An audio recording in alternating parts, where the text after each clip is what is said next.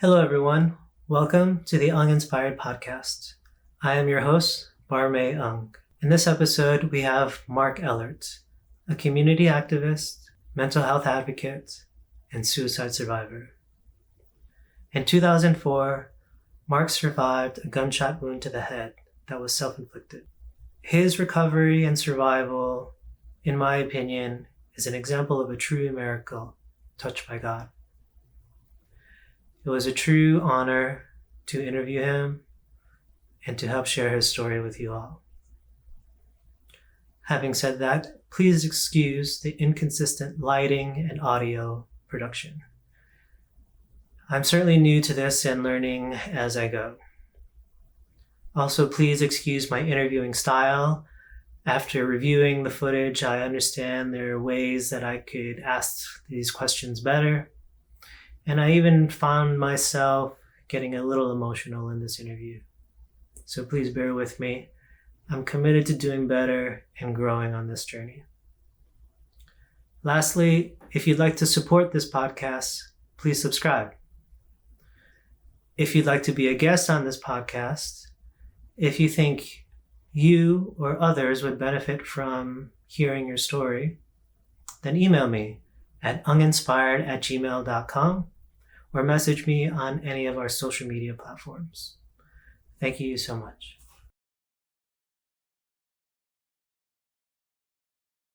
Okay, so we're talking about the suicide attempt. Can you tell me about what led to the suicide attempt? At that point in my life, I was actually having a lot of compounding things from different directions, but it all had to do with abandonment and rejection. My insecurities were really coming out, and I just didn't know how to communicate to the world. So that's basically what made my suicide attempt happen. Have you ever thought about it before?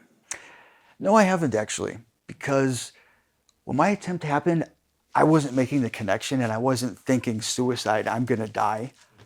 All I was thinking is this is gonna solve my problems. This is gonna help me reach out to the world. This is gonna help me say something to people and make people feel guilty. This is gonna express what I'm trying to say that I can't find the words and that I've already tried to show in my body language, but people just aren't reading. I thought, this is what's gonna do it. It wasn't, I'm gonna die and kill myself. Didn't make that connection. So previously in my life, I never had mental images or thoughts of suicide and pictured it. So can you walk me through the events that led up to it? What got you to the point where you took this drastic action? Yeah, so at that point in my life, I just recently became in contact with my biological mom. I was separated from her the majority of my whole life. Recently came in contact with her. We were living together. My parents, my dad and my stepmom, they didn't seem to like it very much. They didn't talk to me about it and have a conversation with me about it. The way I perceived it, they basically punished me. My family punished me for speaking to my biological mom. Mainly was basically cutting me off. I had to drop out of college because they stopped paying for my college tuition. And they didn't tell me actually. The dean of admissions pulled me out of class and said, Mr. Ehlert, sorry, your tuition didn't go through for this semester. And I owed them money. I couldn't afford it on my own, so I had to drop out. And also on my 19th birthday, my cell phone was turned off and my car was taken away. So I was having a lot of abandonment and rejection issues at the time. And while I was dealing with that, me and my girlfriend, the significant other I was dating at the time, went on a camping trip. On that camping trip, I was feeling a lot of disrespect. A lot of disrespect and a lot of betrayal, especially coming home from the camping trip. I basically found out my girlfriend was cheating on me. So I was feeling a lot of rejection and abandonment between the family, my friends on the camping trip, and my girlfriend. When I was driving home from my girlfriend's house from the camping trip, I basically was just thinking in my head, what can I say to them? How can I communicate that this is not right, that I'm feeling hurt and rejected? How can I make them feel guilty for treating me this way? And that's when actually driving home, I just got the mental image and the picture of my biological mom's handgun. When I was living with my biological mom, she owned a gun and she carelessly left it loaded and just laying out open in our house where we were renting at the time. So when I got that image of that gun in my head, I just got this moment of euphoria. I just went, yes, that is my answer right there, the gun. I didn't think I'm going to kill myself. I didn't think I'm going to die. I didn't think I'm going to... I just literally, all I was thinking of was gun, just something tangible to hold in my hand, so I felt like I had an answer, a solution, just something tangible. Help me make sense out of my emotions and just help me feel like I had an answer, something to hold on to. So what was the relationship like with, why wouldn't your family, what were they so angry about you talking to your biological mom about? Like, what was the big deal about that? It's a good question, because I don't know if it was that they were angry as much as too, the more I thought about the dynamic, when I got more information, I can see their point where they didn't know how to approach it and talk to me about it. I think they were concerned about how it would affect me. But at the same time, I didn't feel like punishing me was necessarily a healthy way to communicate it. But essentially, I later in my life did find out that my biological mom, when I was a child, she sexually abused me. When I was 5 years old, my parents were divorced and separated. And when they shared joint custody, when I was in my biological mom's custody, I was being sexually abused. So that's why she lost custody when I was 5, and that's why she just disappeared and vanished off the earth. And that's kind of, that was hard for me as a kid. And my parents wouldn't want to talk to me about it as a child. And they didn't want to talk to me about it even in my adult years. But I later in life found out that that's why they were trying to keep me away from my mom. Was that like a repressed memory? When did you realize that happened? Or did they have to tell you that? Like your dad?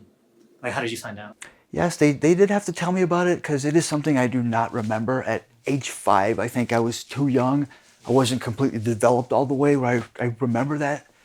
As well as I think it was a way for the brain and the body to do some self-preservation. I think my body and brain might want to know that's something I don't want to remember, because it'll just give me post-traumatic stress, bad flashbacks, bad memories, associate some really negative things. I think my body's trying to protect myself and make sure I don't remember that. I basically found this out about 8 years ago.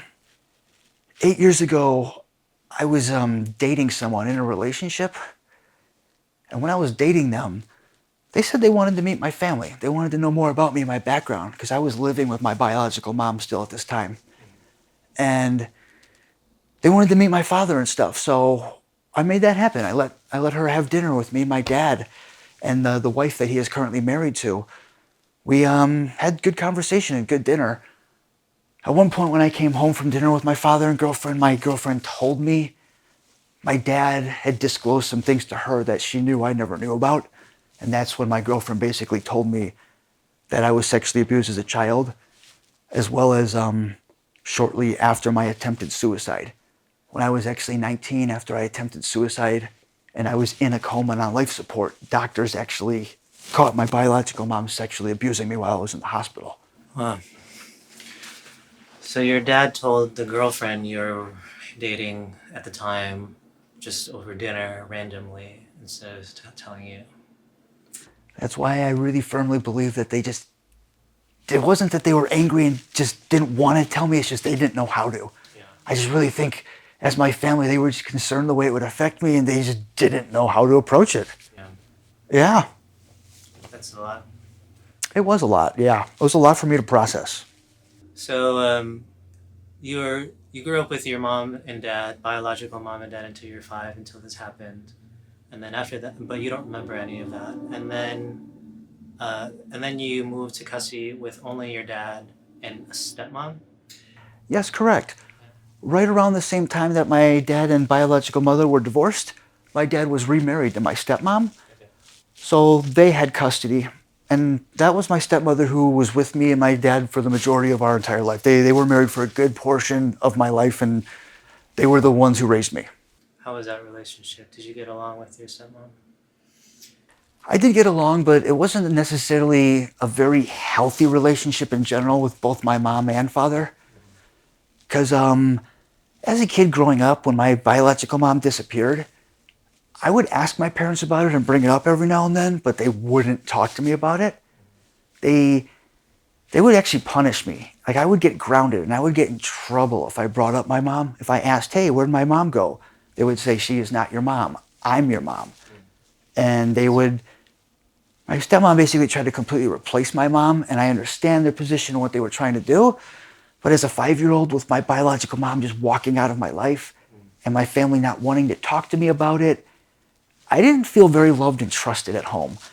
My family, home, my entity, it didn't feel like home to me. I didn't feel accepted and wanted there. I didn't feel very loved. I had a hard time trusting myself in the things happening there. I felt this strong feeling of distrust there. So, even though you were 5 when you separated with your biological mom, you still, and you repressed a lot of those memories, you still had a very good idea that she was your mom, and you had like a very close connection with her. Yes, I did still clearly have a very vivid image of my mother, my biological mother, and who she was, an image of her. I didn't remember specific things that happened, but I had the image, yeah, Okay. and the memories. Can you walk me through that day? Basically, I was driving home, and when I got that image of that gun in my head, I just had this feeling of euphoria, like this is going to solve my problems. When I got home, no one was home at the time. My older brother, he was actually at work, and he was out and about with friends, being social. My biological mom, I think she was in the hospital at the time. She was not home, as well as my other good friend and roommate who I lived with. He was not home at the time. I just came home to an empty house. Came home to the empty house, and then my biological mom's gun was just laying on the kitchen table. It was just there, open, clear as day in the public view, and I just went, yes, right there. That is my answer. I walked over to that gun and I picked it up, and just again, holding something tangible in my hand, I just went, yes, this is my solution. This is my answer. I didn't think it through about what I was going to do with it or what was going to happen. I just felt holding something was my answer. And that's when I started walking down the street. And then at one point I stopped and turned around and went back home. And I actually got my Bible off of my dresser. I'm a fairly religious person. I have a lot of faith. And something at that point made me turn around and go back. Something was just calling to me a little bit. And I took my Bible, and then I had a crucifix I wore every day. It was one I got for confirmation. I put that necklace on. And that's when I started back walking to my destination. I started walking down the street. And at that point, I wasn't in my head going, what am I going to do? How can I tell people why are they doing this to me? I wasn't asking questions I didn't have the answers to anymore. I was laughing hysterically, and it just felt like I had a moment of utter euphoria. I was just hysterically laughing. That's when I got to the local park. That's where I was walking to. It was a park right down the street from the house I was living at. I got there, and that's when I said, okay, here you are. This is where you're at. I stood there for a while. I kept telling myself, you're here, but I didn't actually do anything. And that's when I questioned, why am I here? I looked at the gun in my hand and said, this is why you're here. This is what you're doing. And at that point, I was actually stopped and thought about, I went to go put the gun to my head, and I stopped. And I put it under my chin, I stopped. And I kept finding a different place to put the gun. And then I burst out hysterically laughing. I was just like, wow. That's kind of when the reality of what I was about to do dawned on me. I think I was kind of trying to avoid it. I was taking a while. I was contemplating things, and I was just laughing to myself. That was my avoidance tactic. I think I finally realized what I was about to do and how real it was. And that's when I also didn't even know if the gun was going to work. I didn't have much experience with guns, actually. Never was educated about them. I didn't know if the safety was on or if it was loaded. At one point I thought, is this going to work? Should I just fire this off in the distance? But I didn't. I just stopped and went, no, this is going to work, and this is what you're doing. So I just stopped and put the gun to my head, and I pulled the trigger. So you put it up with your right hand, and it was up at like where did the bullet go through? It right at my right temple right there is the entrance wound. And yes, I did put it right there, point blank.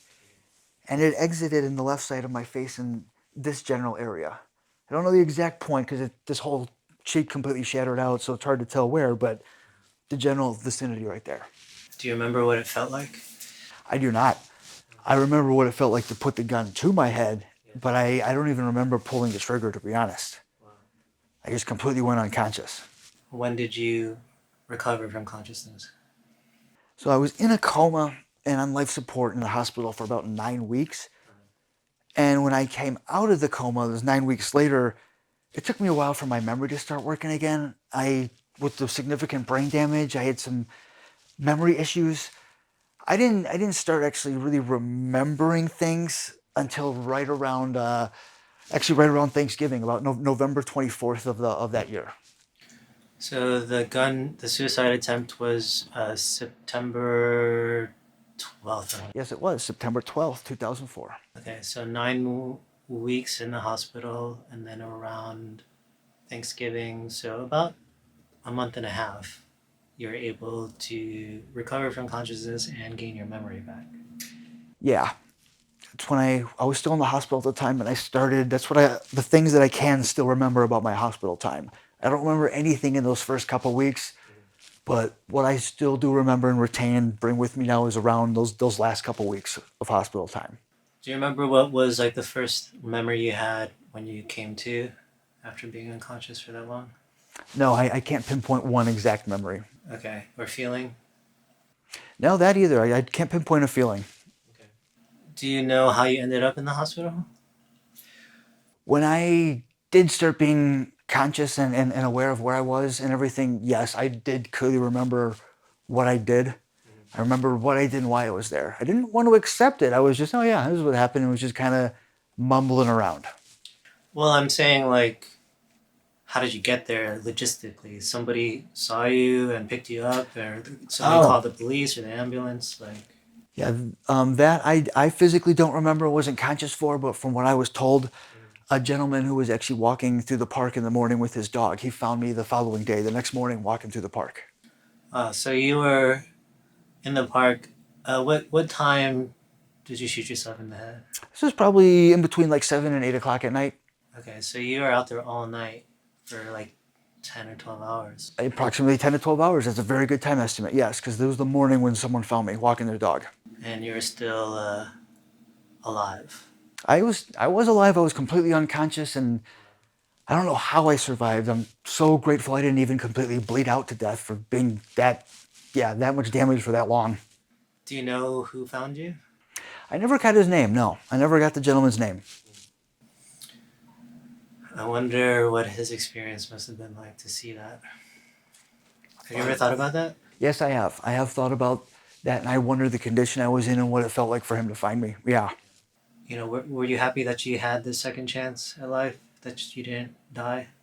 Yes, I was very grateful that I wasn't successful with my attempt because, attempting suicide, trying to kill myself wasn't what I was actually trying to do. That was not my intention. I was just trying to communicate to people I felt disrespected and unloved. I was trying to let people know I didn't appreciate what they were doing to me. Wanted them to just feel guilty and say sorry to me. I didn't think it was fair for me to punish myself and for me to take away my life and everything. I don't know why I came to that conclusion and why I did that. I wasn't thinking clearly, but I'm grateful I wasn't successful with my attempt because I wasn't trying to go. Yeah, me too. Yeah, thank you, brother. Did anything change? Like those people who you're trying to send this message to, did they reach out? Ironically, one of the people I was trying to communicate this most to, the girlfriend that I was dating at the time, no, they even disrespected me even farther, and they really basically became absent in my life at the time. She probably didn't know how to handle it. Didn't know how to handle it. Didn't know how to, didn't know how to tackle the guilt and the fact that I went through that suicide attempt. I had a brain damage and vision loss, and I changed so much, and they didn't know how to handle it. Yeah, how was your family? My family, because also I have mixed feelings about it because of the sexual abuse that happened in the hospital. When I actually came out of the coma and was conscious and awake in my hospital time, I don't actually ever remember any of my family ever visiting me in the hospital. So I felt a lot of disrespect and unlove from that I just tried to kill myself and my family wasn't even visiting me in the hospital. But later when I found out that I was being sexually abused in the hospital, that was my answer. I was like, okay, again, it was something they just didn't know how to talk to me about. Their son just tried to kill himself. He was in a coma and being sexually abused. How are they going to have this conversation with him? They didn't know how to talk to me about it. And they didn't know how to not talk to me about it. So for their own self-preservation and how much it was driving them completely nuts, they just took some space and some time. They backed off and just tried to figure out how to handle it themselves and just didn't know how to talk to me too much. But so when I first got released from the hospital, I didn't even call any of my family members. I called a friend, and I lived with a friend for a while, and I just started doing the real world by myself and figured out life again by myself. But over the years, my relationship with my family has gotten so much incredibly better. I have a much healthier relationship with my mom and my father. I think we communicate better now. I think we're in a healthier, we're in a good place. I think we've all grown a lot and we have a good sense of communication. I think, yeah, I'm grateful for it. I'm grateful for our communication now and our healthier relationship. Was anybody held responsible? Was your mom, like, did anything happen to her because of the gun or anything? No, not at all. Something I was actually a little disappointed by. The careless ownership of the gun. I don't even know if it was legally registered or anything to her, if she was a legal gun owner. That's surprising. Very surprising, yeah, that something was never investigated or done. Yeah, there's no, like, legal ramifications to what she did. Did the state, like, intervene at all or do anything? They did not, no. No one contacted me or asked if I ever wanted to press charges, or as far as I know. Yeah, but something I've thought about before, I still have the option if I want to actually file a police report. I want to go back to how you were at the hospital. So, how long did it take before you were released? My release date was actually December 11th. December 11th, so it was almost exactly 3 months. It was September 12th until December 11th. Isn't that crazy that somebody can shoot themselves in the head and recover in 3 months? Yeah, it is pretty amazing. It's like a miracle, Mark. It really is. Especially, sorry, go ahead. Like, who do you know where that has happened before? Like, that's crazy. When you think about the physics of it and stuff, it's just really hard to process. It's like, wait, no. I shot myself in the head point blank, and I was found 12 hours later. Yeah. And I survived, and I'm pretty high functioning, and it only took that short period of time for me to, wow. And you're high functioning. You're not even like, I mean, I want to be really careful with my words here, but at the same time, I'm just going to be me, and I'm just going to be a little blunt. Mm-hmm. But you're not that bad. You're not like, you don't seem like severely disabled. You know, like, you have your consciousness, you have your facilities, you are happy, you're smiling, you're joking, you're inspiring people, you lived. That is such a miracle. Yeah, something I'm very, very grateful for. Especially because back to that 3 month thing, the last basically like 2 to 3 weeks I was in the hospital, they were just holding me just for review to make sure everything was good. And there wasn't necessary to be doing surgery and stuff. I was just being held to make sure all was well and I was managing. So even the fact that doctors were able to keep me alive and do all the surgery and what they needed in such a short period of time. Did you remember any of the doctors or have their names or anything like that? I don't actually remember any of the specific doctors or their names, but I'm grateful I recently requested all of my medical records from my hospital time. So I do have all the doctors and nurses' names if I ever want to refer to them. Do you remember if they said anything to you or how they felt or what the vibe was like in the hospital? Most of what I just remember is they were just actually grateful for my healing and my recovery. And most of the conversation when they were just, we're just doing occasional MRIs and testing to make sure everything is still healing as well as you're doing and you're going to be out here soon. It was just a hopeful, they were grateful. I got like the biggest smile on my face just thinking about that moment. Even though you were alone, which is sad, and I'm sorry that you had to do that alone. But at the same time, it's a miracle, and you got through it, and it showed like really fucking like deep strength, man. Like, that's incredible. Thank you. And that's why I'm so grateful for this interview, so we can share my story to help inspire more people. Yeah. That we can show people. Absolutely. It doesn't matter where you come from humble beginnings, if you come from great beginnings, what happens to you and everything, it's not your fault, and just, what you can do with yourself. Yeah. So what was next after that? What was next for you? What was the aftermath like? Aftermath was when I got released from the hospital and I was just dealing with the real world, that was a big struggle. I struggled a lot with dealing with the real world because I didn't want to accept my vision loss. And I tried to do everything the same way I used to as a sighted person. So I had a lot of setbacks. I was running into stuff. I was falling down stairs. I was having problems. And you're doing it on your own, pretty much. Basically, yeah. Yeah, and so it was hard. But I was ambitious and I just kept at it. I just kept playing music and doing the things that I enjoyed. And yeah, I just kept a lot with the entertainment that I enjoy with comedy and with music. Yeah. Did you have any support? You said you were staying with a friend at the time or something? Yeah, actually, when I first got released from the hospital, I was living with one of my good close friends from high school growing up. Their family was very generous because the older brother from that family, they were actually at college at the time. So they let me live in their spare bedroom. I was living there for a while. So you did have a little bit of support. I did. I was grateful for that. When I first got released, a lot of my friends and people were very supportive, but shortly with time, people started kind of trailing off and kind of exiting my life a little bit more, and I started being more on my own and figuring it out.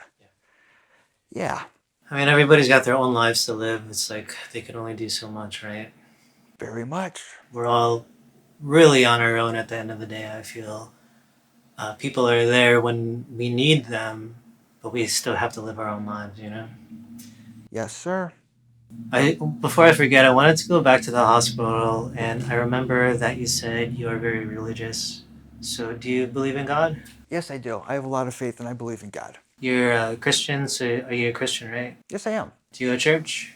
I don't actually go to church and have a specific one that I go to, demographic or anything, or denomination. I have my personal faith and belief. Like it's general, just loosely based on Catholicism and Christianity, but that's the God I believe in, but I have my own personal relationship with God.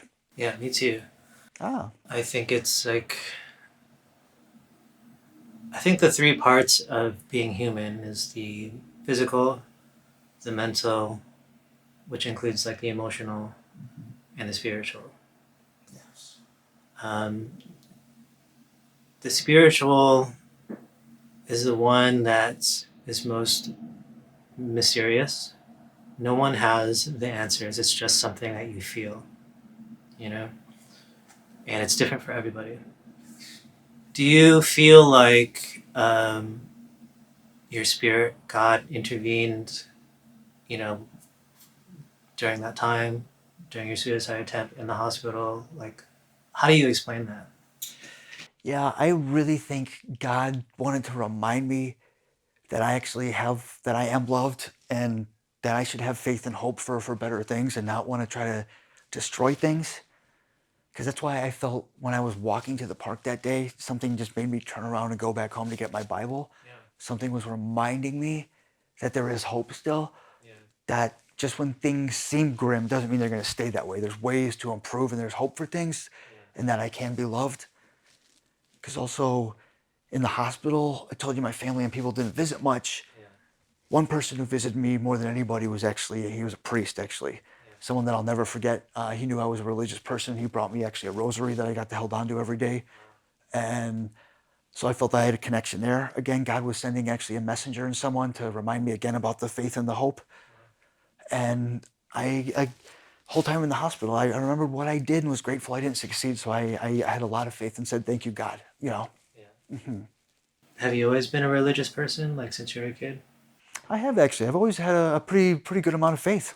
And your family too, or did you find it on your own? My family was actually pretty faithful people. Yeah. Let's talk about your family a little bit more. So you have two brothers. Can you or let's back up even a little bit further than that. Like, what was your childhood like? Was it? We talked about like 5, like with your biological mom, but after that, growing up in the northwest suburbs of Chicago, what was like the family dynamic like with you, your brothers, your stepmom, your father? So me and my brothers were really close and very supportive of each other. We had a lot of fun together. We actually, yeah, we were close and didn't mind sharing things with each other and being a true family. I felt a little disconnected from my mom and dad growing up. yeah, because of them almost feel like hiding my mom from me and not wanting to talk to me about it, I didn't feel too welcomed or loved at home. Yeah. So I didn't spend a lot of time there. I kind of really looked for family almost in different places. I became a codependent person, and I really longed friendships and relationships a lot. I kind of felt lonely a lot, so I wanted to be Mr. Cool. I wanted to be Mr. Popular. I wanted a lot of friends. So I spent a lot of time with my brothers and friends out away from home, just having fun. Just I was a very very very active kid. Yeah. Yes. So for anybody listening right now, we actually grew up one street away from each other. We're neighbors. Yes. I actually looked up to you quite a bit growing up. You and Matt. Matt used to be over at my house all the time, hanging out with my older brother. Yes. And I thought Matt was he always had something clever to say. He was just always so funny. And that was like the opposite of me because I was so reserved and so detached from everything. I never knew the right thing to say. I always felt so awkward and so out of place. But Matt just seemed like so kind of light and happy and fun and funny, you know? So I always looked up to Matt, especially. And then later in high school, you know, we started hanging out in the right crowds. And I can't say that I knew you that well, but we were in the same crowds together. Definitely. And it was just like, I mean, those people like welcomed me, you know, and I felt you did as well. And it was just a good crew, man. I mean, everybody was going through their own shit. Um, but that's what was great about it, you know, and you were part of that, and I respected you for just like being a part of that group and welcoming me. And I looked up to you just because like you always had like people around you and you were always doing something interesting or fun.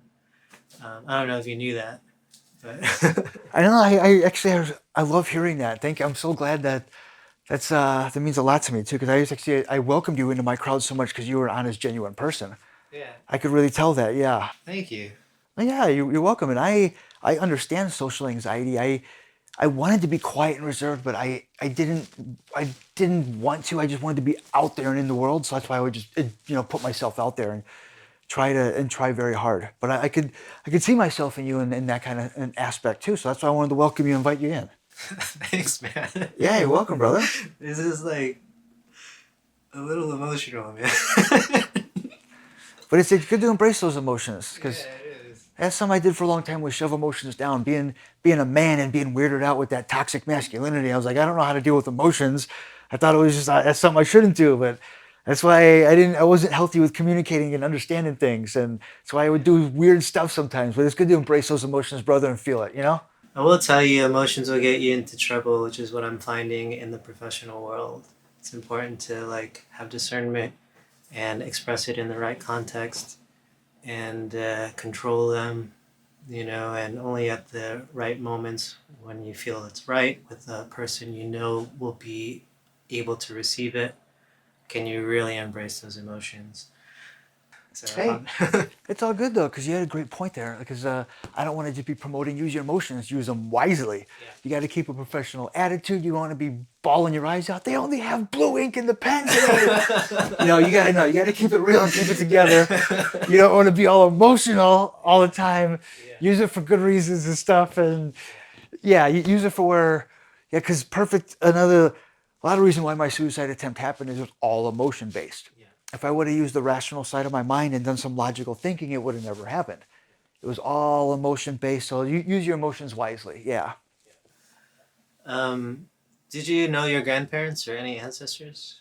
I did actually. So on my father's side, my grandfather was someone I looked up to quite a bit. He was a World War II veteran, and he was a master sergeant as well as he received a Medal of Honor, which is the Bronze Star. This is the father of your dad. Yes, correct. The father of my dad. So I really looked up to him. He was a hero in my eyes. He was wise, he was experienced, and I especially remember his wife too, my grandmother. She was a lot of fun. She loved playing Yahtzee. Yeah. A lot of memories with that side. Okay. Yeah, and even on my stepmother's side too. Actually, we spent a lot of time with her parents as well on her side of the family. On my grandma and grandpa on that side, they actually had a really big garden in their backyard, almost a farm. And they would grow a lot of natural fruits and vegetables, and they made some really wicked food. Do you know anything about the parents on your mom's side? Grandparents on your mom's side? That I do not. I have no history of, know nothing about them. If I ever met them, I don't remember. And I learned over the years, even if my biological mom told me things about that family, I've learned not to believe it and trust it because she's a pathological liar. Yeah. I forgot to ask you, how did you find your biological mom? Like, she was pretty much cut out of your life but when you were like 5 years old, but then you kind of came in touch with her around when you were 19, right? Yeah, correct, actually. It's when I was 18, I was living out of the house, had an apartment, I was going to college, and basically the internet. We found each other on the internet and was able to communicate. Oh, wow.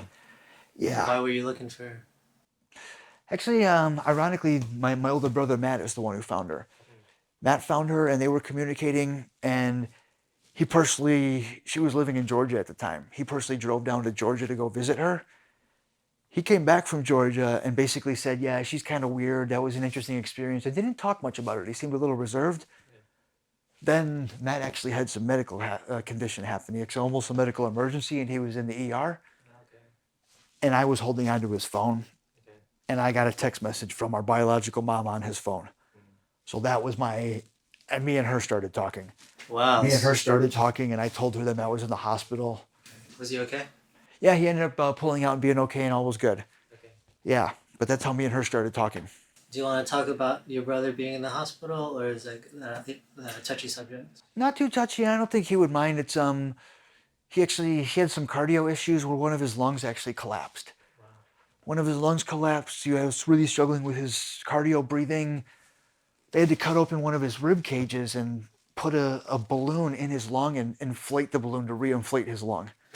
What happened? Was he in an accident or something? No, from what I could gather about it, I believe he had actually some cysts or some things on his lungs, some growths of some type, and when he was coughing a lot and things, all of them actually exploded at the same time. So it was too much, and the lung physically imploded and it collapsed on him because it was too much.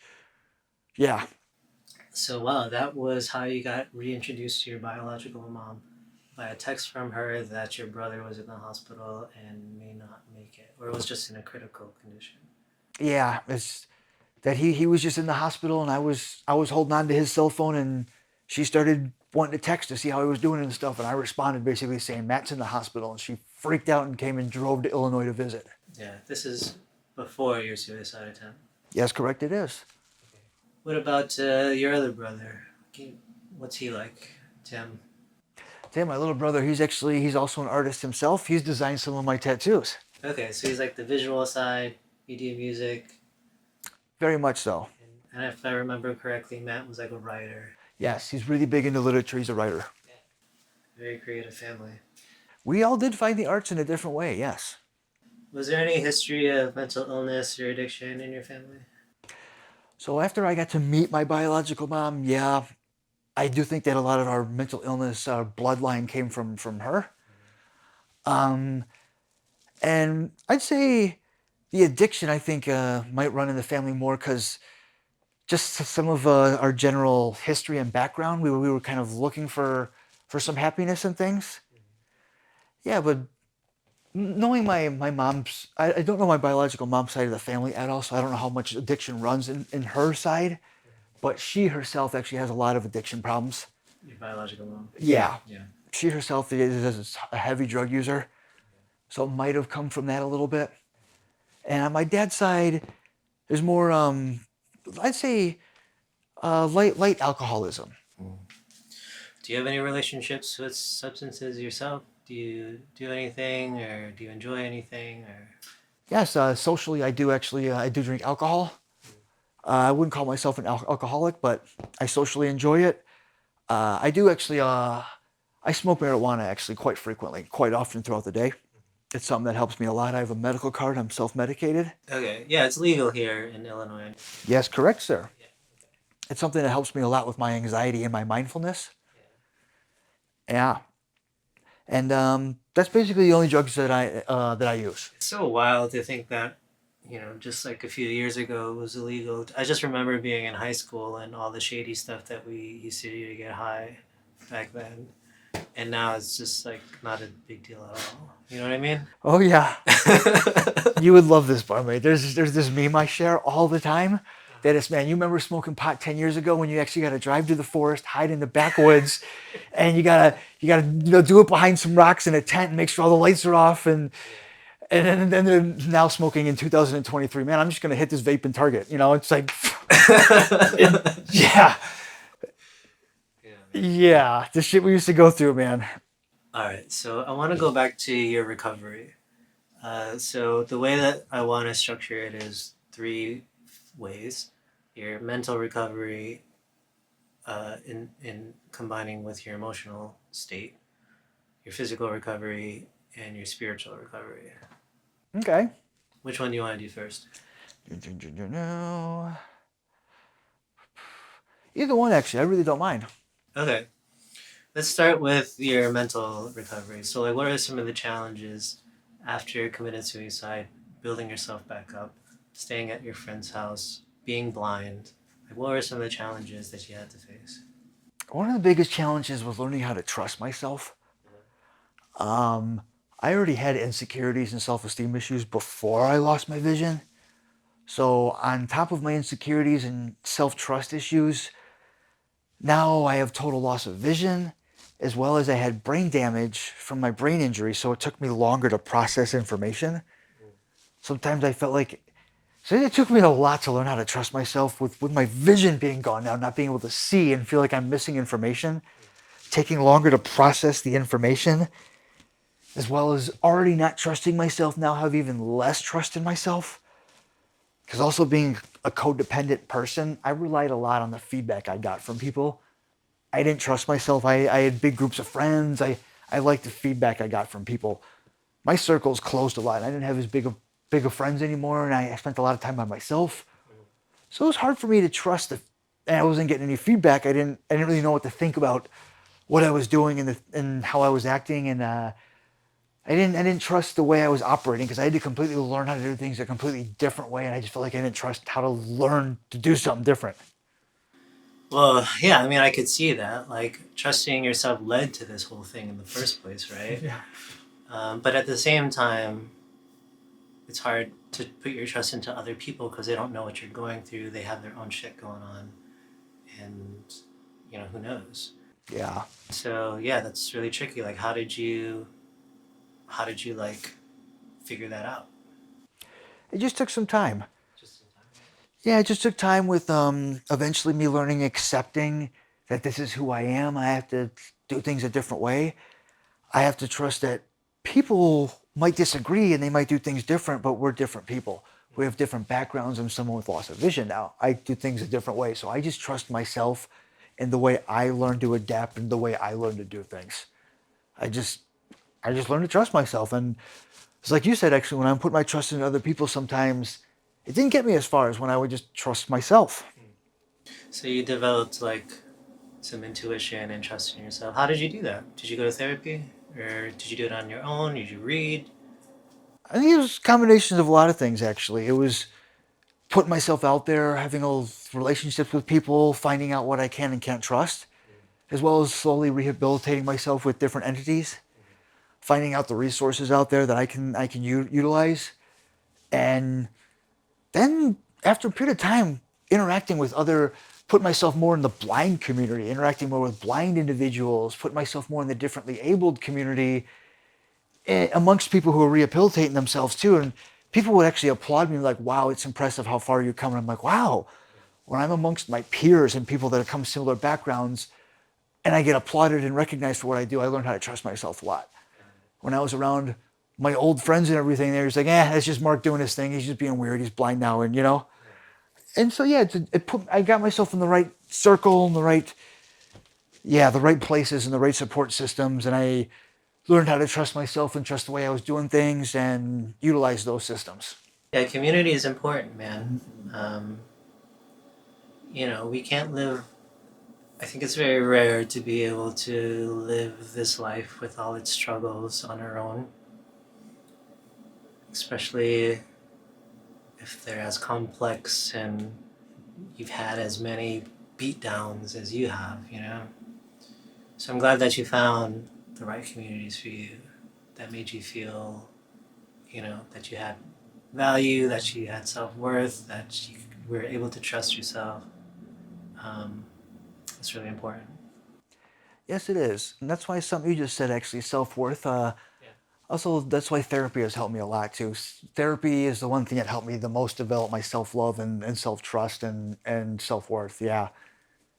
Yeah, I've had therapy. I've been in therapy like for years and been through many different therapists. What was it like for you? How was your experience been with therapy? Like, how did you? Let's just start with like, how did you find the right therapist? Did it take you a while? Did you go through a lot of bad ones, or like what what worked for you? You know? It's a really, really good question because my first therapist and me really didn't work out very well for a couple of reasons. Is actually I myself at that time, I was still struggling with some acceptance and some admittance things. I didn't want to admit that I needed therapy as a man in today's society. Toxic masculinity stuff. I didn't want to just admit that I needed help and it's healthy for me to talk things out. So I wasn't seeking out a therapist. A therapist actually found me. A therapist heard about my history and my background and what I came from, and they were like, wow, this kid has been through a lot. He's not even going to therapy. I want to offer my help. Someone completely offered their therapy free, completely pro bono. And just because they wanted to do some good, they wanted to help me. And I was like, you know what? I've been through a lot in my life. Therapy might be something that helps me. This person is completely offering it free. This makes me feel like a really good person. This makes me feel like I have self-worth and I matter to somebody, that someone wants to reach out to me like this. So I accepted their help and we started speaking. However, in our therapy sessions, it wasn't healthy, good communication because they had a biased opinion about something. It was one of my traumas in my life. I've been through a lot of trauma in my life. One of which, at one point in my life, I was being blatantly exploited and used. And my therapist was actually a supporter of the entity that was exploiting me. Your mom? Actually, no. So shortly after my attempted suicide, one of my closest best friends was very, very affected by it. And he had good intentions and he started a nonprofit organization based on mental health awareness and suicide prevention. Yeah, I know him. He had good intent, but in the end, they actually basically used me and my history of suicide as their poster boy without my permission or awareness. I was being blatantly exploited. They released a bunch of media about me, photographs. They used my name and a general description of my attempted suicide all over their Facebook as well as webpage. And they even went to far lengths to make a documentary about me, but they never had my permission to release it to public. It was something that I wasn't comfortable doing. Yeah. I only agreed to do it because we actually had a contract, we had an agreement that I will be the one choosing whether it sees light of day or not. Yeah. And they never asked for my permission. They personally edited the video and they actually put it out in the public without my permission, and they didn't even tell me. I found out through the grapevine. I had friends contact me and say, Mark, I saw this video online. I think it's amazing what you're doing.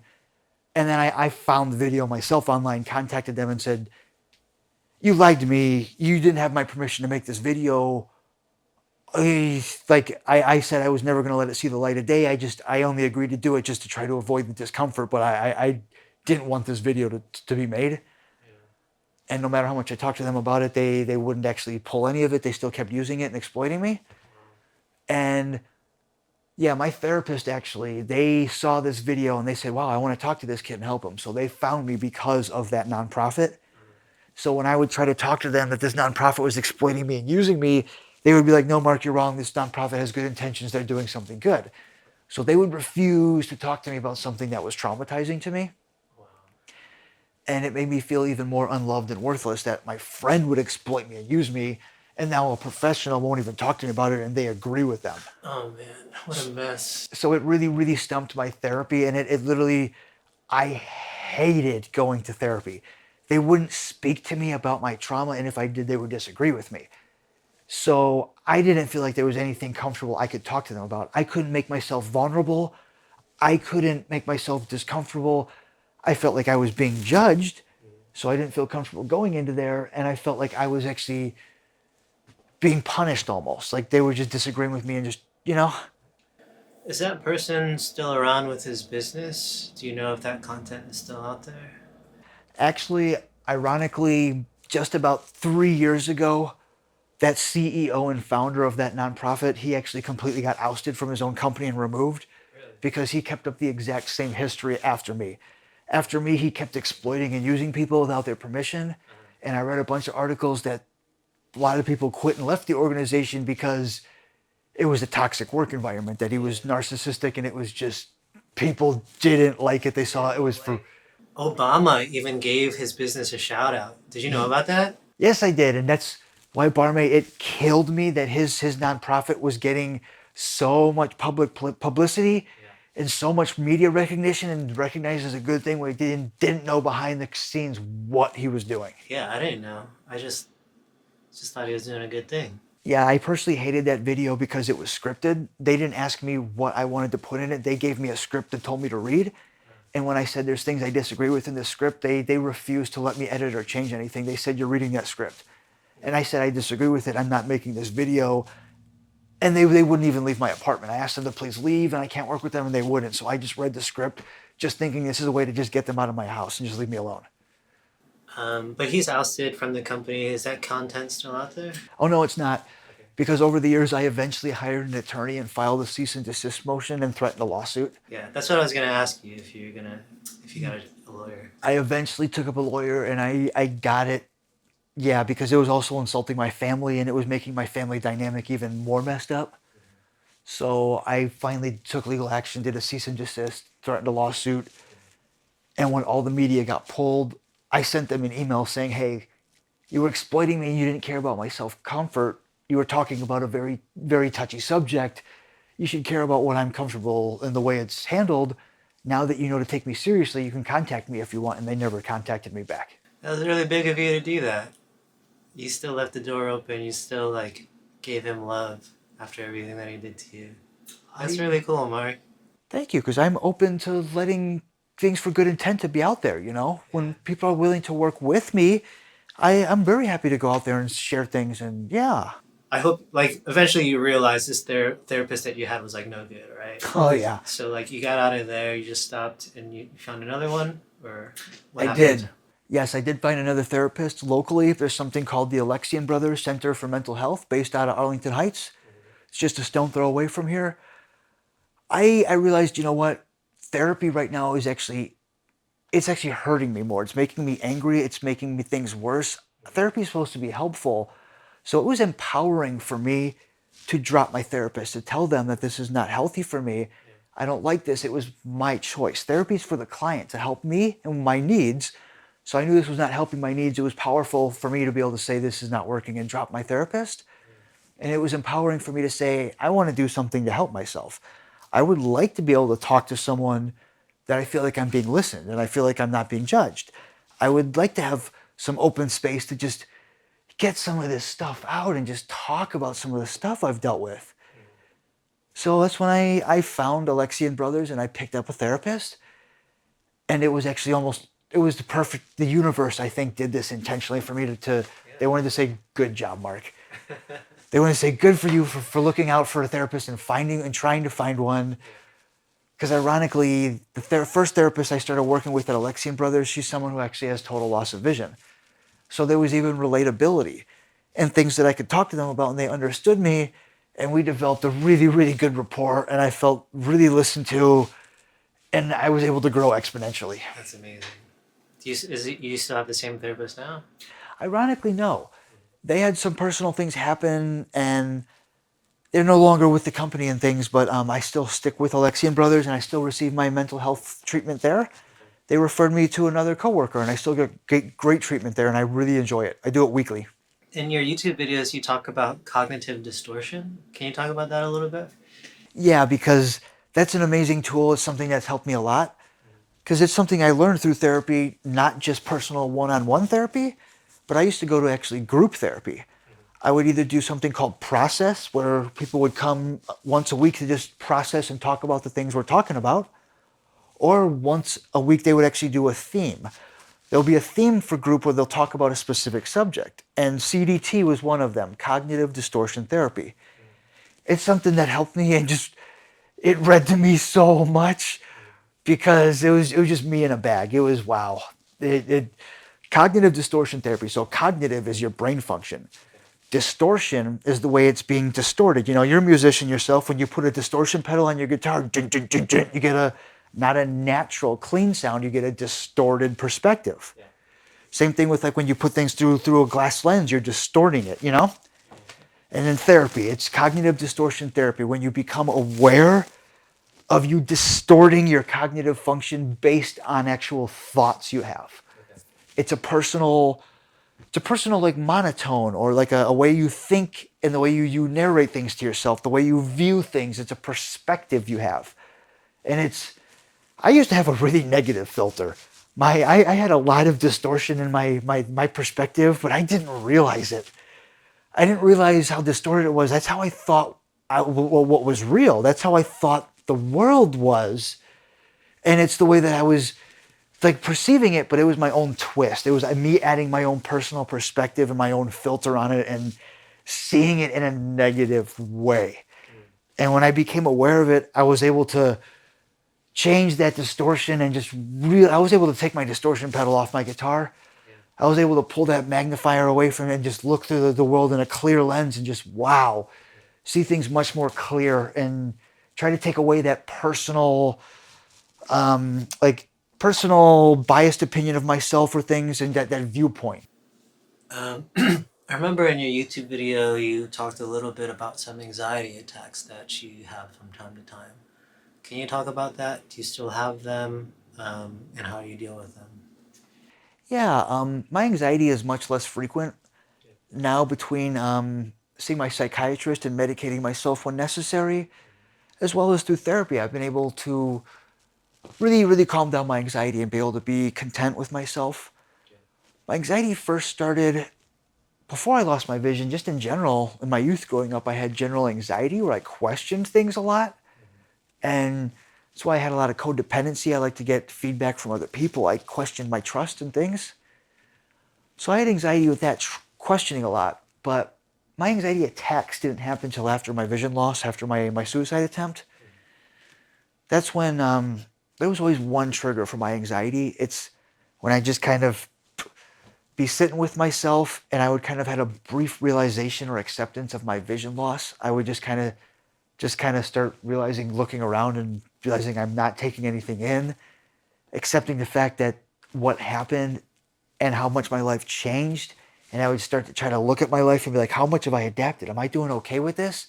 And I would just kind of hear myself basically in my head say, is this weird? Am I okay? And when I would hear that, I would just immediately have an anxiety attack. It would trigger. When I would question, ask myself if I'm weird or okay or not. It's like this weird loop that's happening in your head where you're just unsure. Yeah. I would just feel slightly disconnected from myself. So it was me questioning, the changes were so much. Is this strange? Should I feel like this? When that would happen, I would immediately get exceptionally nauseous and dizzy, feel like I'm going to lose consciousness and pass out.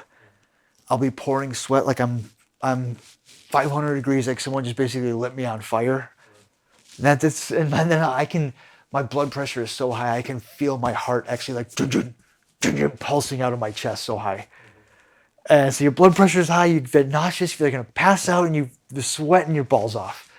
It's really unpleasant.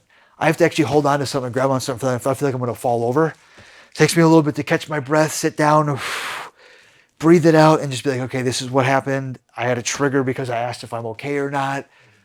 And it took me a little bit to get my association back and be cool with things. They used to happen relatively frequently. Over time, more distance was being put in between them. They were less frequent, especially with therapy and especially with medicating myself. They're even less and less frequent. They started changing a little bit though. I don't have as much continual anxiety through the day, and when I have an anxiety attack, they're not as intense, they're just kind of mild. But my anxiety took on a new form, which is called dissociation. Dissociation is when basically It's a massive panic attack that'll actually last for almost an extended period of like an hour. And in that hour, I won't remember anything that happened. It'll kick in, and I won't remember anything that happened, and I'll just come back to my conscious reality, and I can take a look at the clock and realize it's an hour and a half later than the time I remember, and I can't remember where that time went and what happened, and I still feel a little uneasy, and I'll have a general feeling that comes with it, like a body sensation that I'll know, okay, I'll eventually put it together. I must have had a moment of disassociation. And that's when I will find things around my apartment that I know I had a disassociation because I didn't put that there.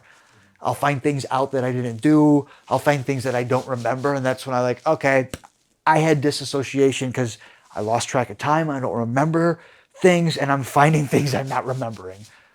And at first when that started happening, I was feeling pretty bad about myself. I'm like, dude, you had a control of your anxiety. Now it took on a new beast in a new form and it's getting even worse. This is pathetic. This is bad. I was beating myself up a lot with it. I felt like I was losing control. I was pushing myself back a lot, but that was cognitive distortion. I was doing negative self-talk. I was seeing in a negative filter. I was doing, bad negative self-talk. So I started actually just accepting it and trying to take out the bias and take out the attachment and talk to my therapist and just approach it in a diagnostic way. I'm like, okay, this is how I'm feeling. This is what's happening. And just try to take the emotion away from it and be logical and dissect it. That's when we discovered is disassociation. It's an intense form of anxiety because back to self-preservation, my mind is remembering some things I don't want to remember. I'm remembering some things that either I wish would have happened a different way, but it's completely out of my control and it's something I can never change.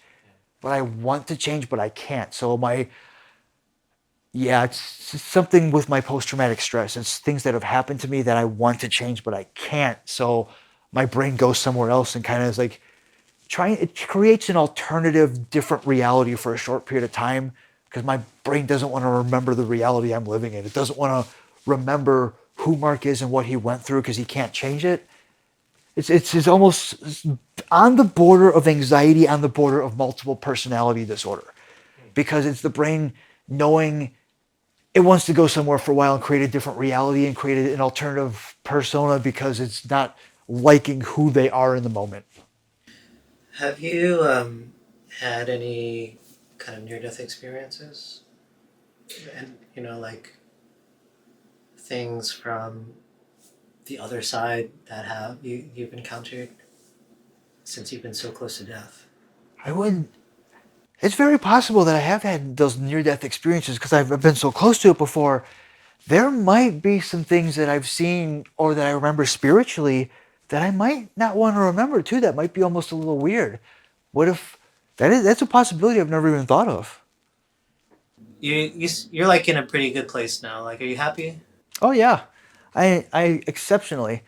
One of my sign-offs on my YouTube all the time, you keep bringing up, is basically I tell people if I can learn to love myself and be happy and prosperous, anyone can. Yeah. So I'm really in a good place where I really do love myself and I'm very content with life. Yeah. Yeah. How long did it take you after the suicide attempt, after the hospital, after the first therapist, which was a disaster, into the second, into the third? Like, how long did it take you to get to this point to like really be happy? So I would say starting my therapy journey cumulatively, it took about 2.5, almost 3 years to become at this point. The first therapist I worked with for just over a year. Mm-hmm. And that was getting me nowhere. So once I took on my second therapist and when I was working with them for just over 1.5 to 2 years, consistently being with them was so long, learning so many new treatments, addressing so many things, I really started becoming happy. And then the last year now, 2 years, still keeping up with it and utilizing all these tools and stuff, I've become even more and more happy. That's not that long, but it sounds like you've been putting in a lot of work. So it sounds appropriate. I certainly have, yeah. Yeah, because we're also disregarding the first, 34 years of my life, too. Yeah. Yeah. But that was before, like, you had any real support. Exactly. Right? Yeah. Very true. Has music helped you in this path, like with your mental health and everything? Oh yes, extensionally. Music has been a really big tool for me, something I love a lot. You play the drums? Yes, I do. I play drums. I'm a guitarist as well as a vocalist. Okay. What's your main instrument? Main instrument is drums. That's what I started on. What kind of music do you play? I'm all over the board actually. So my roots where I started is some pretty good metal. I'm hardcore metal, love it, because especially in drums, that's where you can find some serious drums. And then over years, I've expanded and grown a lot. For a period of time, I was a drummer singer for a blues classic rock cover band. So I've learned to expand quite a bit, and I've learned to be able to just play emotionally where I'm at with things. It's a good self-expression, yeah. What kind of music do you like? Do you like to listen to? I do listen to everything. Basically, some people who listen to my Spotify playlist, they think it's all over the board. It can go from hardcore, grindcore metal to some blues with some saxophone. Like I really just when I find a hook that I like, I just something I can nod my head to that I enjoy. I get into the energy of the music, something that vibes with me. And sometimes when I relate to lyrics, there's certain songs whose lyrics really stand out to me. Do you feel like you've become a better musician since being blind? Yes, I very much so think so. Yeah, I've become a lot better. I imagine you just like are more dependent on your hearing and more sensitive, like you're forced to be. So I can see how that makes you a better musician. Yes, as well as someone with total loss of vision, because I can't see things, I have to do everything based on muscle memory. Where I put things, where I do things, it's all muscle memory. So one of the first things about being a musician is actually knowing your instrument, is being able to play it without looking at it. Muscle memory is the most important thing. It's basically, most drum instructors will tell you to put a blindfold on when you're playing your drums. Same thing with guitar. It's important to just do it all out of instinct and not have to look at your instrument. So that made me have better natural hand and brain coordination and muscle memory. As well as being blind, I don't have distractions. I'm not actually staring at the dude who's clapping, or I don't have visual distractions that are taking away from the music. I'm just harnessed strictly on the music. That's my focus. Yeah. I'm just listening to the notes and the music that I'm playing, and yeah. I want to talk about your blindness, and maybe that will transition into how you recovered physically from the suicide attempts. Okay. So what's it like being blind? Like, how did you navigate from having sight, going through this traumatic event, not having sight? Like, what was the first step in terms of like figuring out how to navigate the world with blindness? The first step was acceptance, because I really didn't want to accept my vision loss. Within actually the first 3 months of losing my vision, a caseworker from Department of Rehabilitation contacted me, and they just found out from the hospital that I'm someone who lost my vision from a traumatic brain injury. They gave me resources. They said, hey, here's a school you can go to rehabilitate yourself. Here's this. And I was like, yeah, thank you, but I just didn't really care for it. I was just like, this ain't for me. I threw it out the window. See, at the point, I didn't want to accept the fact that I was blind and I needed stuff. I literally just wanted to get back to life. I wanted to just get back with my band and be playing music. I wanted to get back with my job and doing things. But I had to accept the fact I went through a traumatic, life-changing experience and life was different. It took me a couple months of that, just anxiously waiting for my friends to be calling me back and for me to go to band practice and just go about life. After a period of time, I realized it's not going to happen. So I just had to learn how to do new things and just live a new way. And that's when I started just slowly rehabilitating myself too. What are some of the advantages and disadvantages to being blind? That's actually a good question too. So one of the differences too is, since I'm someone who lost my vision at like midpoint in life, like age 19, since I wasn't born with my vision loss, I would say that's actually one advantage that the visually impaired have that are born since a blind. Sorry, it's one advantage actually people who with their vision loss since birth have, is that they never actually have to go through a lifestyle change. It's what they just know from life growing up. It's who they are, what they are. They don't have to go through that life change. That was a disadvantage for me, is growing up with vision then losing my vision, having to relearn how to do everything. So I already had my lifestyle and the way I did things, the way I operated. I had to completely learn a new way to do something. So that was a big disadvantage for me, is having to relearn everything.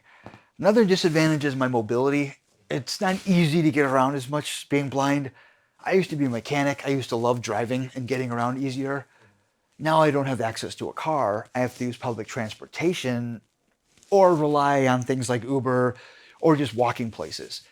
And as someone who lost my vision age of 19, it took me a while to get confident utilizing public transportation and walking around and stuff. That was a big hindrance, is my lack of mobility. Yeah. Do you miss having eyesight? Do you remember what that was like? That is a big disadvantage, yes. I do miss actually having my vision. Yeah. What do you remember? Like, what's like the first thing that pops into your head? So one of the first things that pops in my head when I remember vision is actually this iconic photograph of me and my brothers. My dad's a photographer, and he took this one picture that's just a very, very iconic image of me and all the brothers. It's like the Ehlert brother picture. Do you have that picture somewhere? I'm sure I do, but I don't remember exactly where it is. Okay. And I can't say if that is the picture or not, because, Right. Right. So that is a mental image I have all the time. And ironically, a lot of the mental images that I have and the things that I still see are actually photographs, because my dad's a photographer and there's a lot of photography around our house. I remember photographs because I have a photographic image in memory. But since I've had my eyesight gone now for almost 19 years, half my life, since I've been blind for almost half my life now, I'm actually starting to forget what things looked like. Like I have a general vague, I can remember what colors look like in things, and I can get a general image of myself and what things looked like. I can kind of remember my brothers and things, but I mostly can only get really vivid photographic memories of actual photographs. Like still photographs are the things that I can really vividly see still in my head. Do you have visions in your dreams? Yes, I do. That's something that is actually, I'm very grateful for, but at the same time, I can't stand it. It goes two ways, because while I'm dreaming, I absolutely love it. While I'm sleeping and dreaming, it's like, that is awesome. I can see again. I can see some cool things. And I'm even playing around with lucid dreaming, some astral projection style, because I can notate that I'm dreaming because of the fact that I can see. I can realize and be conscientious of it, Yeah. So, yeah, I love the fact that I can dream. I have my vision in my dreams, but then when I wake up, it's like, whew, I forget. Now I'm going to have to wake up and deal with my reality that I'm actually blind in real life. So it almost gives you like a, yeah. Do you remember your dreams? Do you have very vivid dreams? I do actually, me and my girlfriend were just talking about it. I do like 50% of the time remember my dreams. Has attractiveness changed for you since you're blind? Yes, it has actually. So I used to be a pretty superficial person. I was a rock star, man. I cared about having a really attractive person in my life, and my relationships, a lot of the people that I dated was just based on shallow, superficial, just physical attraction. We didn't have much connection. There wasn't a lot of companionship there. They were unhealthy relationships. And also, because I was somebody who had low self-esteem, and insecurities, I was really, really drawn to actually very, very narcissistic, inconsiderate, basically mean people. Because narcissists are really drawn to people with low self-esteem because they can manipulate and control them easier. People with low self-esteem like myself are drawn to narcissists because we look up to them and idolize their confidence and think it's really freaking cool, and I want to be like that. So my relationships was all just based on very, very, very unhealthy beliefs of myself and society and things. So why my suicide attempt happened is because I had very, very bad circles of friends and the people I was around and things. So I eventually, through therapy, I became aware of this, that I was attracted to bad people, and I eventually learned how to love myself. Loving myself, I actually looked for the right people for the right reasons. I found honest connection, I found companionship, I found like-mindedness, people that I relate to on a much better basis. We have similar ideals, and Yeah, I'm attracted to good, kind, genuine people, and I'm not attracted to assholes anymore. Yeah, that's how my relationships used to be. Yeah. That's interesting. Yeah, I mean, physical attractiveness is an important part in what I look for in a partner. And I just wonder if I didn't have sight, how my concept of physical attractiveness would change. I've never thought about it before.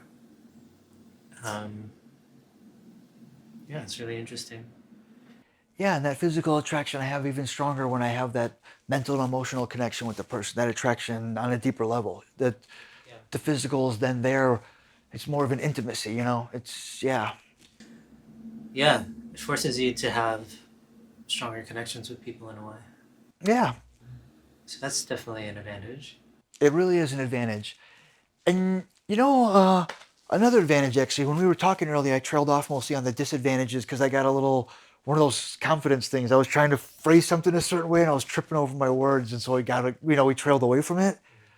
But some advantages actually for my vision loss is I've been much more adaptable. Yeah. After someone who lost my vision from a brain injury and having to learn how to do everything, I'm someone that can adapt in different scenarios very well. I'm used to it. Yeah. Someone with total loss of vision, when I'm in a new environment, I have to learn it a different way, and I've learned ways to learn new environments. Like when a sighted person, when the power goes out and they can't see in their own house they've been living in for 20 years, they're screwed. They don't know they're gonna fall on the stairs. They don't know how to get around in their own house. I've learned to adapt. It's like when I'm in my house, I don't need the lights. I save a ton of money on my electric bill. Advantage. I save a ton of money on my electric bill and things. I don't need lights and need things like that. So that's an advantage. When I go to someone else's house, I can adapt and learn how to get around in new environments. And yeah, those are some big advantages. Yeah, adaptability, man, for sure. I mean, you survived a gunshot wound to the head. You didn't take that long to recover. You're thriving. You're living on your own in your own apartment, being blind and living a thriving life, spreading this message of love and mental health and suicide prevention. You could do anything, man. Like, that's, I mean, I just gotta get it out there, man. I just wanna give you that love, man, because And thank you. it's just a really incredible story.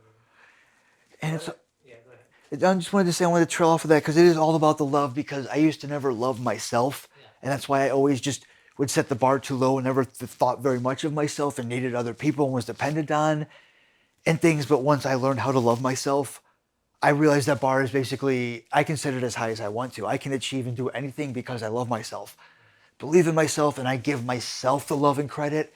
I give myself the resources and the things. You can do it.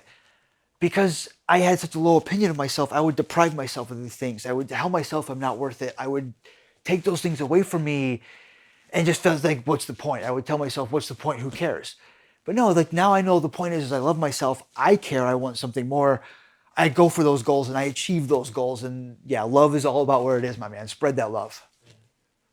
It really is. Love is, I'm gonna get really corny and hopefully not turn off people, but like, love is the answer to everything, man. Love is the meaning of life. It's all about love, man. Yeah, brother. And I can hear my brother Matt saying something right now. One of his witty comments. Yeah. I can hear him in the background. Goddamn hippies! What are what are some of the pet peeves that you have? Maybe like the way, like have people treated you differently for being blind or for being a suicide survivor? And you know, like, to be honest, I've seen some of your interviews, and I see how kind of people talk to you in a different way. They'll like be a little bit slower, be a little bit more careful about their words. And to me personally, like, that annoys the fuck out of me. Like, I like when somebody's talking to me, I just want them to be real, and just be themselves. You know what I mean? 100% yes. It's a really good point. So, as far as me being a suicide survivor and being involved in the mental health community and stuff, so sometimes it's good to be careful some of the language you use with certain people, and certain phrases and things can have some triggers to people or some activators and things. So it's good to be respectful of that, but I agree it's better to just be real with people because So one of my biggest pet peeves is when I walk into a room and I have my cane and I have my sunglasses and people can tell that's a universal symbol for blindness, the room can get quiet. It's like people look at me and treat me differently. And one of my biggest pet peeves is actually when I tell somebody that I'm blind, like you said, they start to talk to me really slow. Or they think I'm incapable of actually making my own choices. They really think they really think my functionality is so much lower than it is. They really think I don't have much cognitive function and that I'm very incapable. And it's a little insulting. I mean, I just want to be like, look, dude, all it is that I can't see. It's the same thing as if I turn the lights off in your house. You don't become stupider. It's like when your power goes out, you don't become an idiot. You don't become incapable. It's just that you can't see.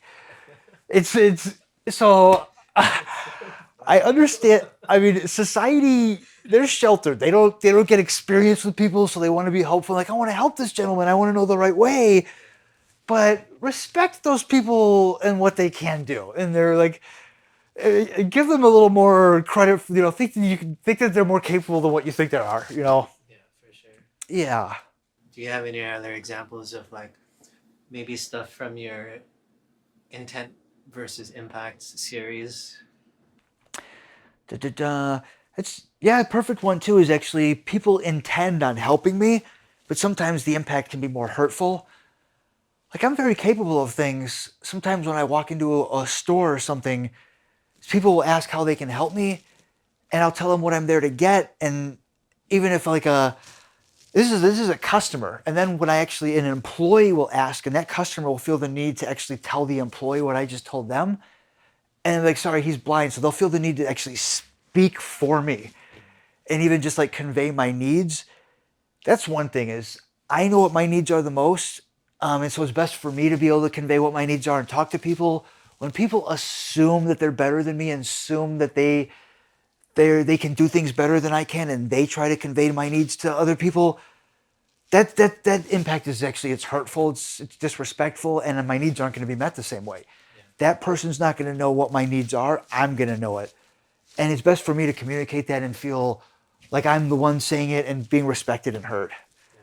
Not feeling disrespected like someone thinks I'm incapable of speaking and telling someone what I need. So the physical recovery, so blindness is a part of that. Another part of that is just like, what was that pain like? Like, did you have any pain recovering from the hospital? Like your whole face had to be reconstructed. What did that feel like? Ironically, when I first lost my vision, my brain injury first happened in the hospital time and first being released, I didn't really have much physical pain. I didn't notice too much. I really didn't. It's just over the years with time, with age, since my body's growing, I can feel some of the things, the implants in my head where they are. I can feel the reconstructive surgery with times, especially with the weather change, when the barometric pressure system changes, when there's storms and things happening. Whew, I can feel some things. I can really feel some of my reconstructive surgery with weather and just with years. Yeah, and also I think myself being a smoker, it affects my sinuses, and I think a lot of my reconstructive surgery was done through my sinus passages. So I think with over years' time, my sinuses are being damaged a little bit, and I'm feeling things. Yeah. Is it like sharp pain in your head, or numbness, or soreness, or what does it feel like? It's more of especially on the left side, it's more of just an overall general swelling and soreness. I feel just kind of doesn't feel too right. And at certain points, when I'm moving my jaw a certain way, I can feel like a clicking and popping that doesn't feel good and right. Gives me some post-traumatic stress. When the pressure system changes a lot, that's when I feel my right orbital socket, the whole right eye socket was completely shattered and rebuilt. I can feel that whole socket, the rubber silicone that's sitting there. I can feel that.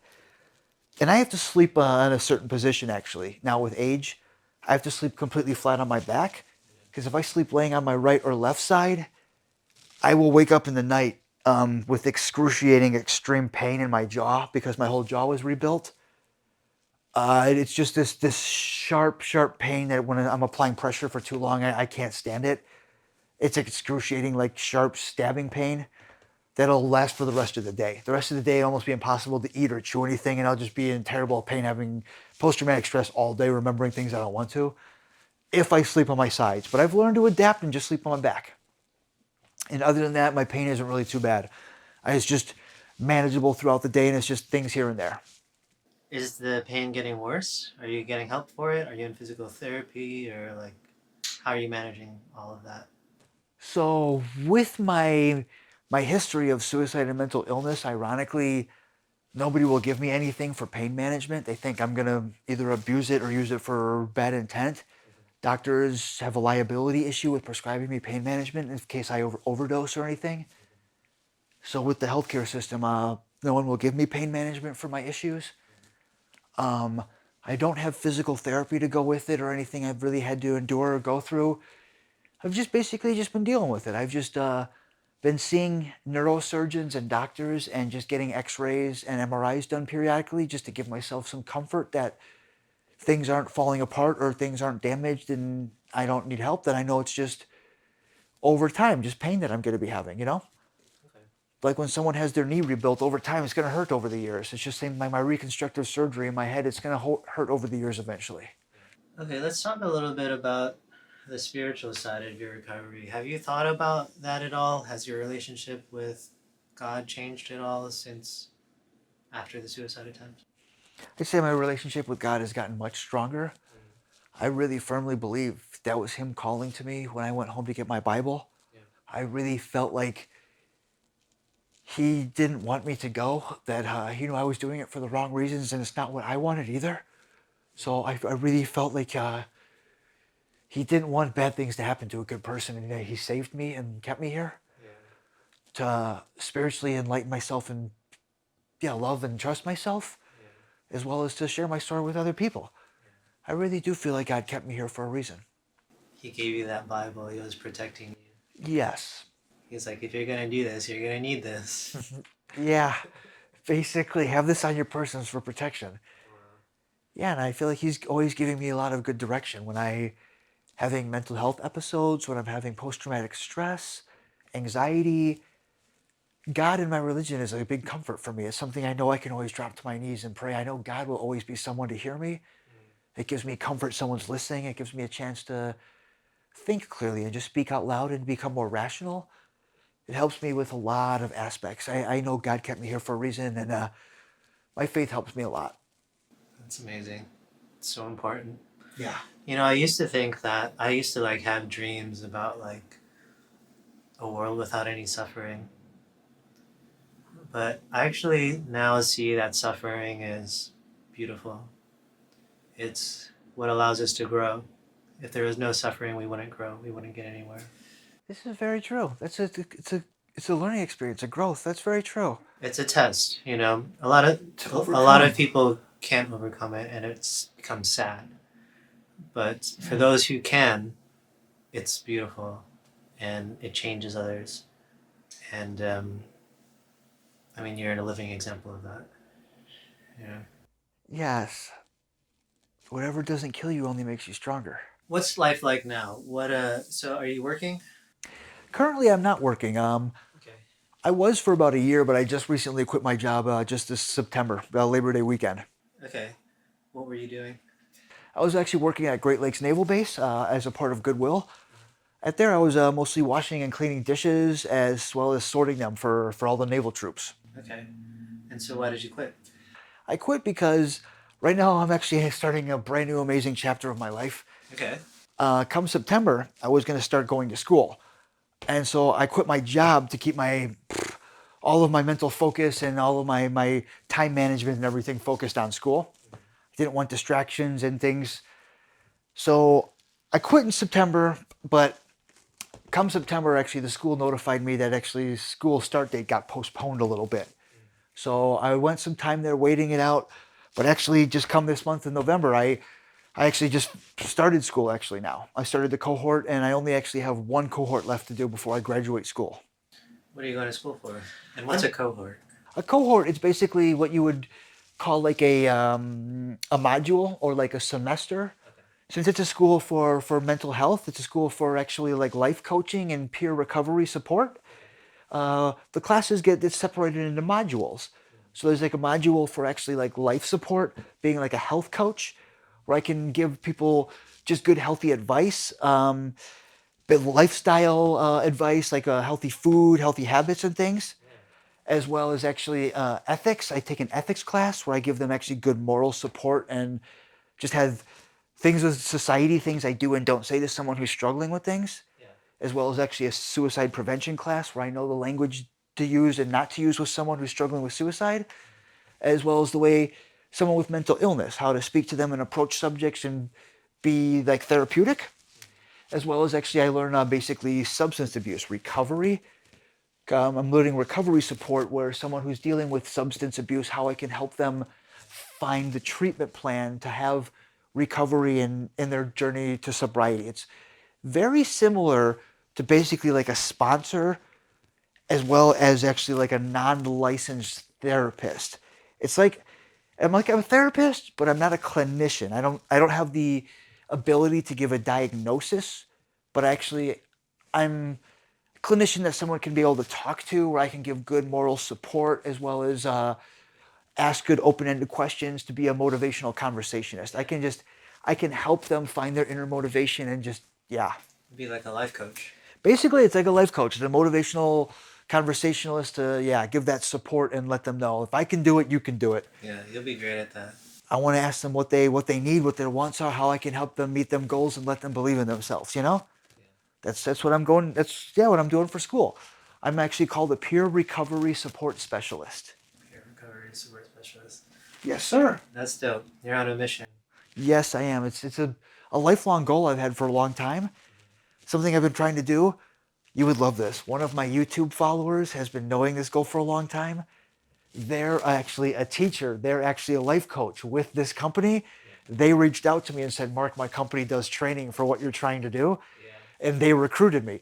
Because of one of my YouTube followers and the things that I do, one of my followers gave me the resources and a way to meet my goals. I was able to find a school, pay for it, and afford it all on my own. And yeah, graduate with their cohort. And yeah, it's awesome. That's how life works, man. When we're on the right path and we're being our true selves, then everything kind of works itself around us, you know? It does. That's why I thank God every day for helping me find my path and my journey and letting me be true to myself. How are you supporting yourself? How did you pay for school? So for school, while I was working, I was actually saving money. As someone who lost their vision from a traumatic brain injury that has brain damage as well as loss of vision, I collect disability income. The federal government does supply me with a monthly income for me to support myself. And while I was going to work, I was actually saving all of that money. And I use that to basically pay for my work expenses and the things that I'm going to be, or my school expenses rather, the things that I need. Is there anything you feel like is missing in your life right now? There really isn't. Right now in my life, I'm exceptionally happy. I'm really content with everything. I have a wonderful apartment and environment that I live in and I support all by myself. I'm high functioning and I do all of my own shopping and I do all of my own cooking and all my own cleaning. I have a great support system. I have a very happy, healthy relationship with my family. I'm in a great relationship with my girlfriend right now. I'm in a very happy relationship. I finishing the education I want and I have all of my goals and dreams basically. I'm playing music independently the way I want to. Me and my girlfriend are starting a new band right now. I'm getting out there and playing music and doing it for fun. I'm playing music in my studio room when I want to. I'm finishing my education and going to be doing the job and the career that I want. So I'm really happy with I don't really have anything that I need, no puzzle pieces missing right now. Yeah, that's great, man. I'm really happy for you. Thank you. Me too. Do you still do these Mitch Hedberg one-liners at open mics? So not so much anymore. I stepped away from my Mitch Hedberg impersonations and I started actually writing a lot of my own comedy now. Me and my girlfriend want to start getting out to some open mics and me start doing some comedy. Yeah, I need to clean it up for a little bit. When I started doing Mitch Hedberg impersonations because I had no self-confidence. Then being out there long enough, I started writing my own jokes. Some of my own jokes, it was pretty crude material. I really needed to work on it. It was dirty. I was a dirty old man. There's some bad jokes and it didn't take well to some people. Do you remember any of them? Yeah, I definitely do remember quite a few. And I stopped doing the comedy for a while, but now I started cleaning it up a little bit. I'm trying to keep my professional attitude and I'm writing some good funny jokes, but keeping it clean, yeah. Some of the open mics that you have on your YouTube channel are you telling your story. you know, talking about suicide and everything, which is heavy, especially at an open mic. Have you received any backlash anytime that you've tried to share your message like that, or just in general? I have actually, yeah. That is a very good point. Certain places, when it's just an open mic night, when it's not advertised as mental health, some people, they're like, man, this isn't what I want to hear about. They're like, I don't want to hear about this kid's problems. But that's the thing is, that's too a lot of why society kind of feels like it's not something people should talk about is because people generally just turn away from it. People are like, dude, this sucks. This is heavy. I don't want to hear about this. It's not my problems. They just want to walk away. So that's why I'm trying to change the way society actually reacts to it. Suicide is the 10th leading cause of death in Lake County. Suicide is very, very prominent. It's a big thing, so I want society to be aware of how big it is because a lot of people give me some backlash and they don't want to hear about it. But if there's one person in that bar that hears what I have to say, that if it's one life I'm going to save, that's more important. I'm not going to take it personally. Those people can say what they want to about me and think what they want. I know I have a mission and I'm doing it for a good reason. I'm not going to take it personally. I'm going to remove that attachment, that emotional attachment we spoke about earlier. I don't take it personally. I know that they're just not ready to hear it. They're just doing society and just saying it's not the place for it and everything. And some people also give me backlash too. They're like, wow, this dude messed up. He tried to kill himself. Now he's blind and he's collecting Social Security. Like this dude is literally taking money from the government. That dude's taking money out of my paycheck. People give me a lot of backlash for being someone with mental illness who's now collecting for my needs and everything. People give me crap about that. But I try not to take it personally. It's I know what my needs are, and I go out there and share it with people so they have resources too. Because to each their own. Do you know of any resources where others can learn more about suicide prevention, mental health, blindness, or anything else that you want to share? There's a great resource very local to me that helped me a lot with things. Any of my Lake County actually residents, there's something called the Lake County Center for Independent Living. It's a free nonprofit that they basically anybody with a different ability of any form, they can give you any type of resources and information to help you maintain your independence and quality of life to the best of your ability. It's something that's helped me quite a bit in maintaining my independence and establishing where I'm living and finding a lot of resources. What's it called again? The Lake County Center for Independent Living. Yeah, and actually, that's the one based in Lake County. However, they're periodically spread all over Illinois. There's one in almost every county. There's one in Kane County, Cook County, DuPage County. It's called the Center for Independent Living, CIL, the SIL. You can find them all over. I have some light questions to end the interview. But before I get there, is there anything else that you want to cover? When you're talking resources, for anybody out there who's contemplating suicide or thinking things they don't want to, I want you to know there's a suicide prevention hotline. It's a national. Anywhere you are in the United States, you can call 1-800-273-TALK. 1-800-273-TALK. 24/7, it's open. Anybody can talk to anyone you want to. You can be able to get help and if you need it. And also there's a texting hotline, which is 741-741. You can text to someone if you're uncomfortable talking on the phone and you can get some feedback if anyone's struggling and just needs to bounce something off of some people. Okay, so what's important to you? What are your core values? Core values, genuine honesty, self-love and self-appreciation, as well as self-advocating. You're knowing what your needs and wants are and establishing them, not depriving them or thinking you're not good enough. What are some of the things in your life that you're most proud of? One of the things I'm most proud of is this apartment. 8 years ago, when I found out that I was sexually abused as a child and found out that I was sexually abused in the hospital after an attempted suicide, when after I found out, I asked my family for help and asked if I could live with them, and they said no.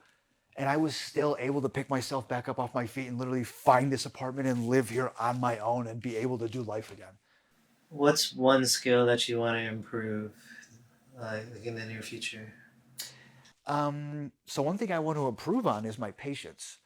With everything that I've been through in my life, I have some resentment towards things.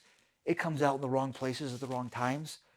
I want to work on my patience. I want to work on keeping my cool sometimes. I'll every now and then I'll lose my temper for the wrong reasons. I have some personal frustration I want to work on.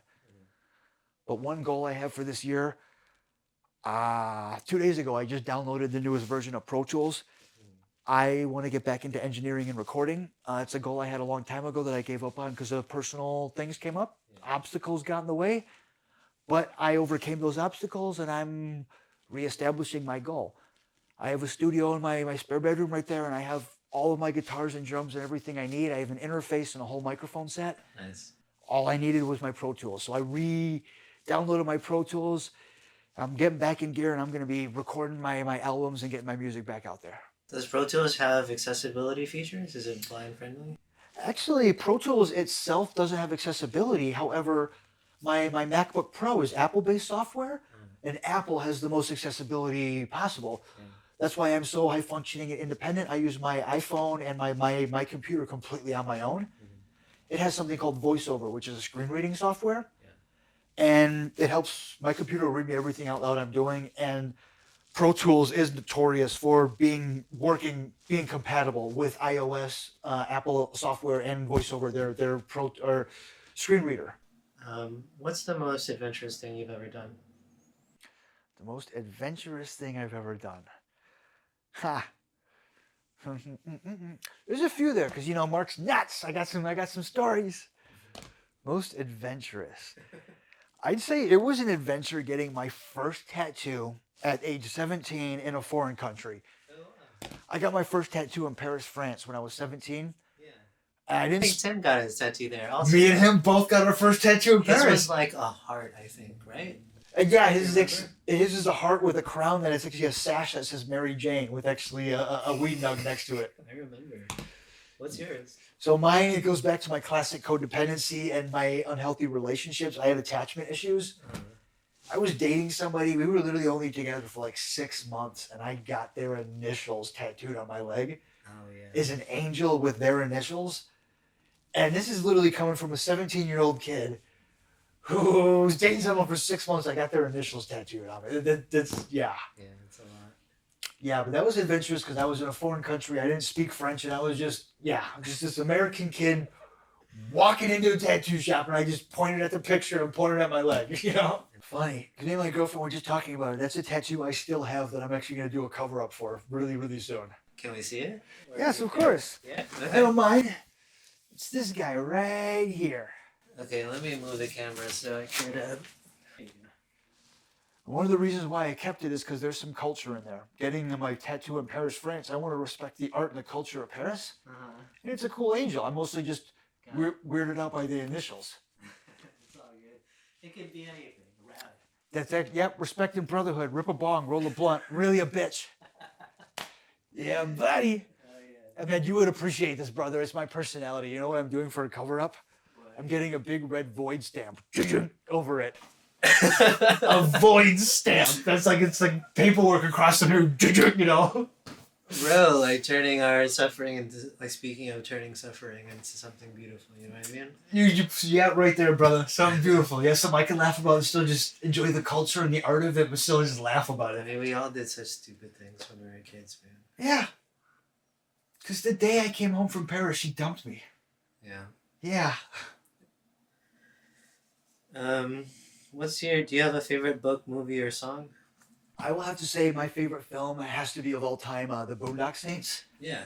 Because a lot of reasons, actually. It ties culture into it because I have some Irish blood in me, and there's a lot of Irish-based pride in that film. It's about two Irish brothers. Mm-hmm. So there's heritage and culture in it. It's literally, there's a lot of religion in it. It's about God helping you find a journey in your calling and helping you make good choices, which that had a lot to do with me and my suicide attempt, that God was calling to me. The fact that it has a lot to do with actually good judgment and morals. It's about ethics, making good choices. I'm all about that now, being a life coach, wanting to help people find good choices in their good journey and everything. I like to really feel like I have some good, honest, genuine morals and ideas. If you could travel anywhere, where would you go? That's a good question. I might have to say Ireland. I really do. Okay, the homeland. The homeland, yeah. Do you have any relatives back there that you know of? Currently, I do not, that I know of. No, I don't have any bloodline there still. Are you interested in learning any other languages? I have been, actually. Communication is always pretty cool, and I always just like language in general. That would be something I was interested in, yes. Any particular one? I've worked in restaurants a lot, so I've picked up a lot of broken Spanish already. Okay. So it'd be good to tighten up my Spanish a little bit because that'd be really useful. I would use that a lot of places. Um, but I would actually like to maybe learn some Italian. So I picked up a little French when I was over there, but yeah, I'd like to learn some European languages. All right, last question, which we already probably covered more or less, but what makes you happy and grateful? What are you grateful for? I'm very grateful for my self-love, my independence and freedom. I'm very, very grateful for discovering myself and growing and not letting all of my complex post-traumatic stress just stop me. We can't change the past, and I'm proud and happy that I haven't let my past stop me from achieving the goals I want for my future. Mm-hmm. And what makes me happy is, my ability to still keep going, to just setting goals and doing things, to play music and do the things that make me happy. It's beautiful, brother. Thank you.